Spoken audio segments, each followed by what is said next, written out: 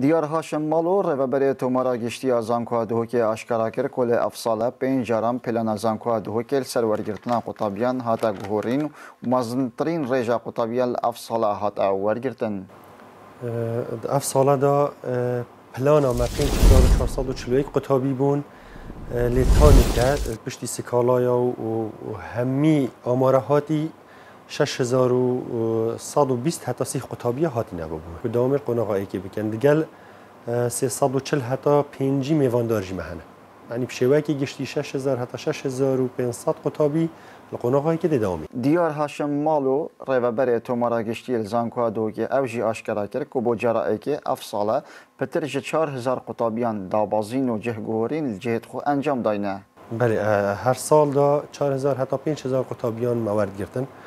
لیت افساله دا چون نمرین قطابیان قناقا 12 آماده بلند بوم پروژه هر زور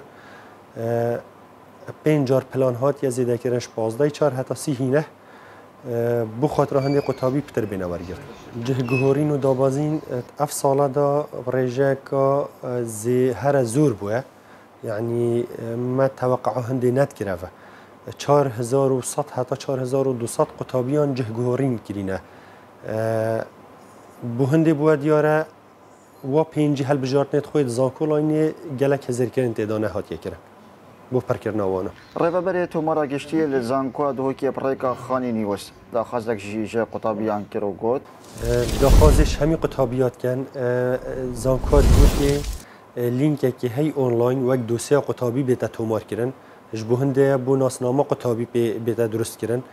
بو هنده امزانن قطابی سیستم خواندناوی چیه الایواران پارالیل یانجی زانکولاینه الکیش بشکه وقت دوسیه قطابی داخواست شمی قطابیات کن هر قطابیه که خطومار نکری وقت آنلاین لینک فیسبوک و زانکو دهوکی داخواست جت کن خطومار.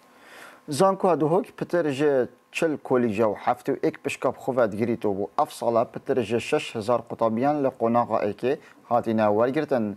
سالار محمد دوسکی خانی نیوز دهوک.